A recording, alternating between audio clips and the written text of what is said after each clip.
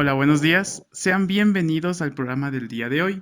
Soy el Chuya Gallardo y hoy vamos a hablar acerca de un tema muy interesante, el cual tiene que ver con un personaje de la Semana Santa, el famoso Cucurucho. Vamos a escuchar la leyenda de este personaje, vamos a hablar un poco acerca de quién es el Cucurucho, cómo nació el Cucurucho y también algo importante que es los cucuruchos hay de diferentes colores. Los hemos visto morados, los hemos visto rojos, los hemos visto cafés, pero ¿saben qué significa cada color o por qué las personas se visten de ese color? Quiero recordarles que en la descripción encontrarán los minutos exactos en los cuales se habla de cada tema. También tenemos activada la opción de subtítulos en idioma inglés, francés e italiano. También quiero aprovechar para pedirles que se suscriban a este canal para tener más contenido de este tipo. También comenten acerca de todos los temas que vamos a tratar. Y suscríbase también a la página del Chuya Gallardo, donde se subirá contenido extra al que se trata en este programa del día de hoy. Y bueno, comencemos. En la ciudad de Quito ya es una tradición que lleva muchos años la famosa procesión del Jesús de Gran Poder. Y tiene muchos personajes importantes, entre estos están los cucuruchos. Y creo que los cucuruchos llevan la mayor parte de la atención de las personas aquí en la procesión. ¿Por qué? Porque es un espectáculo muy impresionante el ver una calle llena de cucuruchos de color morado. Pero en el sur de Quito también se ha buscado recuperar los trajes tradicionales de otra época, específicamente de la época de la colonia. Por eso podemos ver cucuruchos de color negro, de color blanco, de color lila, de color café, que cada uno tiene su significado. Pero también Quito, como es una ciudad de leyendas y tradiciones, tiene su leyenda que trae como su personaje principal a un cucurucho. Esta leyenda se le llama el cucurucho de San Agustín. Para saber un poco más de esta leyenda, tenemos al historiador viajero, el cual nos va a narrar esta maravillosa historia. Por favor, señor historiador viajero, comience con su relato. Hola amigos y amigas, seguidores y seguidoras del Chuya Gallardo City Tours. Me presento, yo soy Pepe, el historiador viajero, y el día de hoy vengo a contarles una trágica historia de amor. Estoy hablando de la leyenda del cucurucho de San Agustín. Empezamos. Cuenta la leyenda que en esta muy noble y muy leal ciudad de San Francisco de Quito, vivía por allá en el año de 1650 un noble ciudadano español llamado Don Lorenzo de Moncada, natural de Madrid y casado en Quito con una señora tan linajuda como él, doña María Peñafiel y Velasco, de cuyo matrimonio nació Magdalena, una de esas trigueñas que quitan el resuello, porque por donde van, derraman sal. Su padre, don Lorenzo, fue el administrador de los cuantiosos bienes de un tal Jerónimo de Esparza, hijo de algo español, quien, habiéndose metido en negocios infructuosos, se había quedado tan pelado que no le quedaba sino dedos para rascarse el escorzor de haber perdido sus bienes y hasta su casa. Don Lorenzo, hombre caballeroso, recogió a su paisano don Jerónimo en la seguridad que entonces se tenía de que un hijo de algo había de hacer tal cosa por otro español. Y así el pobre hombre, que no tenía sino su ejecutoría, no se moriría de hambre con su hijo Pedro y la madre de éste, doña Josefa. Don Jerónimo y su familia vivían en casa de don Lorenzo, y sucedió lo que era de esperarse, que Magdalena, con sus fogosos 15 años, se enamoró de Pedro, un mozo de 23, a quien le iba a las mil maravillas sus aguzados bigotes que le daban un aire de conquistador. También Pedro fue tocado por las flechas de Cupido y se enamoró perdidamente de Magdalena, esa chica de rechupete. Cuenta la leyenda que se vieron, se hablaron, se entendieron y se amaron con la vehemencia de un amor propio. Pero donde hay fuego, hay humo, dice el refrán, y algún tufo sospechoso había husmeado doña María Peñafiel, que se dio cuenta de lo que pasaba con su hija. Doña María habló de su descubrimiento con su esposo, quien no pudo menos que indignarse al saber que el hijo de su protegido pretendía a su hija Magdalena. De modo que resolvió hablar con ella y los dos la hicieron comparecer ante aquel terrible tribunal. La autoridad de un padre de familia en esa época era para un hijo algo así como la autoridad de Dios. Una sentencia sin apelación. Magdalena acudió ante su padre. El rubor que cubría sus mejillas daba a entender que ella ya sospechaba la causa del llamamiento. Don Lorenzo increpó duramente a su hija al tener lo que él llamó sentimientos tan bajos, y decía que echaría a la calle tanto a don Jerónimo como a Pedro, su hijo, que había tenido la osadía de poner en ella sus ojos. De nada valieron las lágrimas y las súplicas de Magdalena para ablandar a su padre, y no teniendo otra cosa que hacer, se retiró a su aposento a llorar, único consuelo que las mujeres tienen. De inmediato, don Lorenzo hizo saber su resolución a don Jerónimo de Esparza, quien, renegando de su hijo, hubo de dejar la casa. Magdalena siguió llorando sin salir, sino a misa con su madre, a la vecina iglesia de los frailes agustinos. Iba modesta pero ricamente vestida, cual convenía a su rango y calidad, con su faldón redondo de paño lleno de cintas ricamente bordado, cuyo color armonizaba con el albo de sus zapatitos, también de paño. Privados de verse como antes a todas horas en casa de don Lorenzo, Magdalena y Pedro se veían furtivamente en la iglesia, ella arrodillada en su estrado y él apoyado en una de las pilastras que sostenían la bóveda del templo. Cuando Magdalena acudía con su madre, Pedro solo la veía de lejos. Este amor no podía durar, sobre todo por el peligro de ser visto por don Lorenzo y por la falta de fortuna de Pedro. Este así lo comprendía y por ello buscaba algún medio de adquirir riquezas para llegar a la meta de sus aspiraciones en este heroico tiempo en que tantas y tan famosas hazañas se emprendían. Se organizó la expedición de don Martín de la Riva a las provincias del Oriente y Pedro, deseoso de ganar nombre y fortuna, se alistó bajo las banderas de este capitán y tras una misiva de despedida a su adorada Magdalena, partió a las desconocidas tierras que baña el Marañón, lleno de ilusiones y con la promesa de fidelidad hacia su amante. Como es sabido, la expedición tuvo un final desastroso y pronto se supo en Quito de su destrucción. Corrió la voz de la muerte de varios y entre otros fallecidos se hallaba Pedro. Magdalena lloró sin consuelo por su cuasi novio. Pero las lágrimas se agotan muy pronto cuando se tiene 15 años. En esto llegó de España un hijodalgo joven y buen mozo que a falta de hacienda traía muchas esperanzas de adquirirlas, ya que venía recomendado del virrey, nada menos. Era hijodalgo del don Mateo de León y Moncada, quien por su madre tenía parentesco con don Lorenzo, padre de Magdalena. Guapo como era y recién salido de la corte real, don Lorenzo no pudo sino buscarlo para yerno, de modo que su propuesta de matrimonio con Magdalena fue aceptada con sumo agrado. Aquí es necesario que recordemos una vez más lo que era la autoridad paterna en esos tiempos. A Magdalena le impusieron el novio y ella tuvo que aceptarlo, aunque tuviera viva la memoria de Pedro. A decir verdad, ella lo aceptó solo porque sabía la muerte de su amante, pues de saberlo vivo, preferiría meterse en un convento.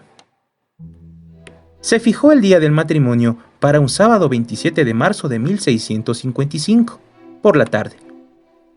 En la víspera se encontraba Magdalena muy ocupada, arreglando cosas para la boda, cuando una esclava suya vino y le entregó una esquela. La abrió, la leyó y la niña se desvaneció.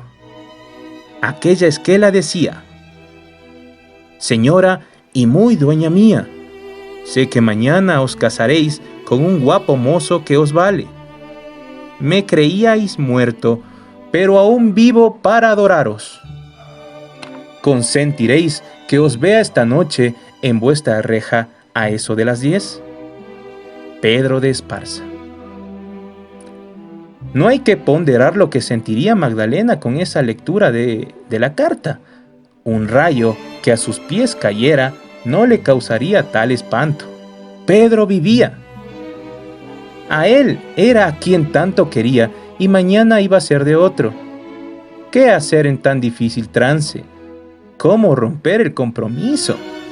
¿Qué escándalo se iba a formar? Y luego su padre, su honor. Decididamente no era posible. Había que someterse al destino. Eso le imponía el deber, el honor y la fe que debía guardarle al que mañana sería su esposo. No podía ver a Pedro en la reja. Con el alma destrozada, tomó la pluma de ave, la untó en el tintero y escribió: Mañana, como sabéis, me caso. No me pertenezco ya. Vos mismo lo habéis querido así, al dejarme creeros muerto. Mi honor me prohíbe hablaros. Olvidadme. Atentamente, Magdalena. Y por fin amaneció el día en que habían de juntarse los destinos de Magdalena de Moncada y Mateo de León. Día aciago para la novia, cuyo amor por el antiguo amante había renacido más vivaz que nunca.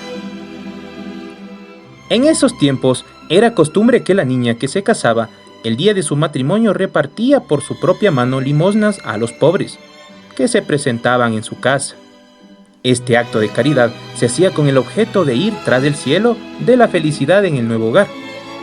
A casa tan rica, tan linajuda y de tantas campanillas como la de don Lorenzo de Moncada, no hubo, como es de suponer, pobre que no acudiera. Todo el día fue una larga procesión de mancos, ciegos y tullidos. Allí se vio cuánta miseria nos legó nuestro padre Adán.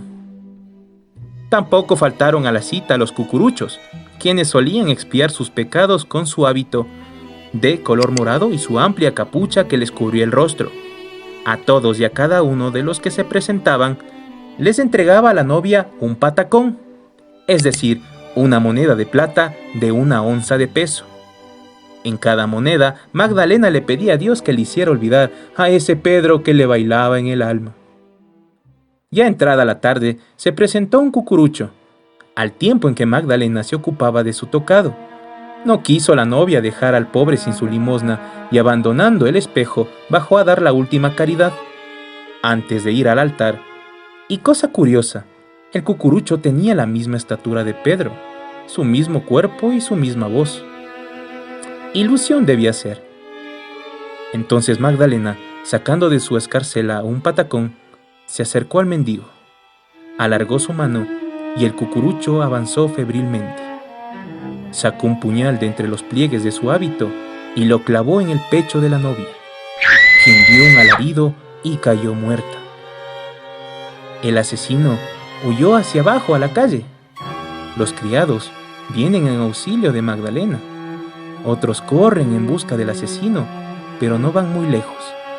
Allí, casi enfrente de la puerta de una casa, apoyado al muro del convento de San Agustín, ven el rostro de Pedro, con la túnica de cucurucho, la capucha tirada hacia la espalda y el sangrante puñal en la mano. La guardia acude a gritos en nombre del rey y Pedro es conducido a la cárcel de la corte real. Cuenta la leyenda que desde ese día la Iglesia Católica prohibió el uso de la túnica morada y su capuchón, salvo en Viernes Santo, y que el muy noble pueblo quiteño llamó a la 4ª cuadra de la calle Flores el cucurucho de San Agustín. Y bien, muchísimas gracias amigos y amigas por haber sido partícipes de esta trágica historia de amor. A continuación, vamos a escuchar lo que Álvaro nos tiene preparado, la historia que se cierne tras el mito. Yo soy Pepe, el historiador viajero, y nos vemos en una próxima leyenda. Muchas gracias por esa fascinante historia. Es muy interesante conocer más acerca de las leyendas que tiene la ciudad de Quito. Es muy importante que las nuevas generaciones aprendan estas leyendas. Y qué mejor en el centro histórico de Quito, en donde en cada cuadra hay un pedazo de historia. Por eso algunas personas dicen que la ciudad, el centro histórico en específico, es un museo al aire libre. Pero bueno, veamos qué tiene que ver esta leyenda con la realidad. Primero, la familia de Lorenzo de Moncada fue una familia hidalga, una familia que tenía mucho dinero, y su casa se encontraba en lo que hoy son las calles Flores y Mejía, en la parte de atrás del convento de San Agustín. También esta es la primera historia que conlleva un crimen pasional. Veamos las leyendas de la ciudad. Por ejemplo, Cantuña. Cantuña nos habla que el indígena tuvo un milagro de Dios, el cual salvó su alma. Vamos a la leyenda del padre Almeida. El padre Almeida llevaba una mala vida y es Dios el cual intercede para que él cambie su mentalidad. Otra leyenda, la leyenda de la capa del estudiante, en la cual una jugarreta por clavar un clavo en una tumba le costó la vida a la persona que hizo esto. Esto es una leyenda de terror. Tenemos también la leyenda de la Bella Aurora, o también conocida como la Casa 1028, en la cual un toro se enamora de una chica. Pero esta leyenda en especial tiene un desenlace fatal, en la cual la chica es asesinada por su amante, porque tal vez por celos, por su boda, puede ser por su amor no correspondido, pero ya se dan estos casos de crímenes pasionales en esa época. Como sabemos, las leyendas tienen una parte verdadera y una parte ficticia. Y como sabemos, las partes verdaderas aquí son los lugares de la ciudad de Quito. Esta leyenda trae como consecuencia que ninguna persona pueda vestir de cucurucho fuera de la Semana Santa. Y esto es algo que se mantiene hasta la actualidad. Como les decía, la casa de don Lorenzo de Moncada se encontraba en lo que se conoce como el Cucurucho de San Agustín, un lugar tradicional de la ciudad de Quito. Pero no vamos a hablar acerca de ese tema, porque tenemos un próximo programa en el cual hablaremos acerca del origen y significado de los barrios y lugares tradicionales de Quito. Para que conozcamos, por ejemplo, dónde está este famoso Cucurucho de San Agustín. Vamos a saber por qué le dicen Mama Cuchara, por qué le dicen Carmen Alto, Carmen Bajo, dónde está la calle de la Sábana Santa, cuál es la curva de la Magdalena, muchos de estos barrios o sitios tradicionales que hemos escuchado, pero no sabemos cuál es su historia. Esperen este programa, por eso les recuerdo suscribirse para que no se pierdan esta historia muy interesante. Pero bueno, continuando con la historia del cucurucho, salgámonos ya de ese hilo de leyendas y hablemos de los cucuruchos de la vida real. Esta tradición surge en el siglo XVI en Europa, como sabemos, con la colonización o mejor dicho, con la conquista, porque aquí no tuvimos una colonización, tuvimos una conquista, que fue a base de violencia y de contagio de enfermedades que mermaron a la población. Pero bueno, aquí los españoles lo que impusieron fue su cultura y su religión. Y todo esto viene de allá, de Europa. Se dice que los primeros trajes de cucuruchos o de penitentes fueron utilizados por personas que peregrinaban a las ciudades santas. Recordemos que en épocas medievales, en el siglo XVI, XV, XIV, que pasábamos por la Edad Media, era una tradición que los verdaderos cristianos vayan a la ciudad santa, vayan a Jerusalén. Aquí también surge la imagen de, por ejemplo, los caballeros de templarios, las cruzadas, que eran guerras santas por recuperar la ciudad que hablamos de Jerusalén. Y había personas que viajaban para allá. Para mantener su anonimato, ellos tapaban su rostro con un bonete como el que actualmente conocemos que caracteriza a los cucuruchos. En adelante debemos tomar en cuenta que la procesión de ya sea cualquier tipo de procesión religiosa siempre está ligada a la imagen del cucurucho. pero antes las procesiones eran únicamente para religiosos. Esto fue a lo largo de 300 años, hasta que aproximadamente en el siglo XIX se permite que laicos, personas que están fuera de la religión, entren a esta procesión. Como ya se dijo, esto se trae acá a América y la ciudad de Quito siempre se ha caracterizado por tener un hilo de religiosidad muy marcado. Ya hablando acerca de la procesión en la ciudad de Quito, se sabe que la primera procesión que se realizó en la ciudad fue en el año de 1597. Recordemos que la ciudad de Quito fue fundada en el año de 1534. Es decir, que 63 años después se realiza este primer ritual religioso o rito religioso de la procesión. En la época colonial, las procesiones estaban destinadas únicamente a los religiosos, a padres, a sacristanes, y aquí también entran lo que son las cofradías. Las cofradías son uniones de personas que tienen un mismo oficio. Tenemos las cofradías de zapateros, las cofradías de herreros, cofradías de carpinteros, y todos estos tienen un santo patrono y también ellos realizaban lo que son procesiones a estos santos patronos.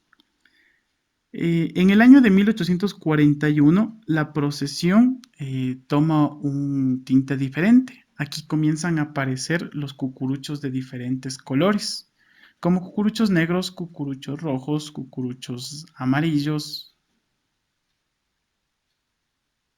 cucuruchos verdes, que traen un aire diferente a la religiosidad de la ciudad. Tomemos en cuenta que en el año de 1841 ya estamos hablando de un periodo republicano. Estamos hablando del periodo de la Revolución Marxista, en el periodo en donde Juan José Flores tenía el poder. Más adelante, en la Revolución Liberal, en el año de 1894-95, Eloy Alfaro impone el laicismo en el Ecuador y las procesiones se cancelan porque el Ecuador pasa a ser un estado de libre culto y cualquier procesión o acto público debía tener la aprobación del gobierno. Es en el año de 1961 en donde se consolida la procesión del Jesús de Gran Poder y regresa esta espiritualidad a la ciudad de Quito. Y aparece con más fuerza el personaje de los cucuruchos. Pero ¿cuál es la vestimenta tradicional de un cucurucho? Los cucuruchos llevan el bonete alto, que se llama cucurucho, de ahí viene su nombre. Lleva una túnica, ya sea de algún color que ya lo vamos a especificar, y también lleva un cíngulo o un cordón que antiguamente servía para flagelarse, es decir, para golpearse en manera de penitencia porque se quería recrear el dolor que tenía Jesús cuando fue llevado a la crucifixión. Pero como ya se dijo, existen diferentes tipos de cucuruchos. Los más comunes son los de color violeta o morado, los cuales representan la penitencia y la austeridad. Estos cucuruchos son los más expandidos en la ciudad. Pero también hay colores como los cucuruchos rojos.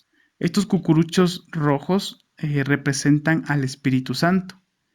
También representan a los mártires y en especial a la pasión de Cristo. Otro color muy interesante es el color verde, el cual representa la esperanza y en especial a la idea de un paraíso. También es relacionada con la naturaleza y con la vida. Igualmente existen cucuruchos de color azul. Estos cucuruchos representan la pureza y la virginidad. Y también llevan en sí la idea de la Inmaculada Concepción de la Virgen, que se representa con este color. Estos cucuruchos, como ya lo dije, no son muy comunes, pero se los puede encontrar en la iglesia de San Sebastián. Estos cucuruchos, los azules, rojos, verdes, morados, se los conoce como los cucuruchos de la Hermandad del Señor de la Justicia. Se caracterizan porque tienen un bonete de 50 centímetros. También llevan una capucha para cubrirse de los pecados y una túnica que asemeja la vestimenta de Jesús. Algunos pues, se los puede observar con una capa, la cual representa la burla que soportó Jesús al momento de su crucifixión.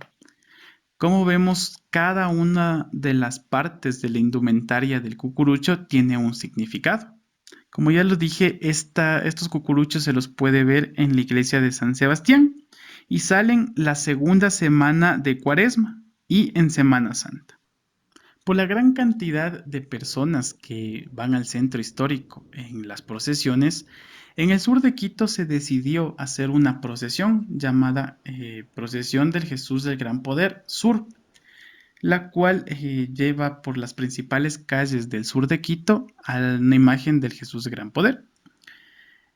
Aquí aparecieron tres personajes que estaban olvidados desde la época de la colonia. Recordemos que les dije que en el año de 1841 se termina con las procesiones y desaparecen algunos personajes.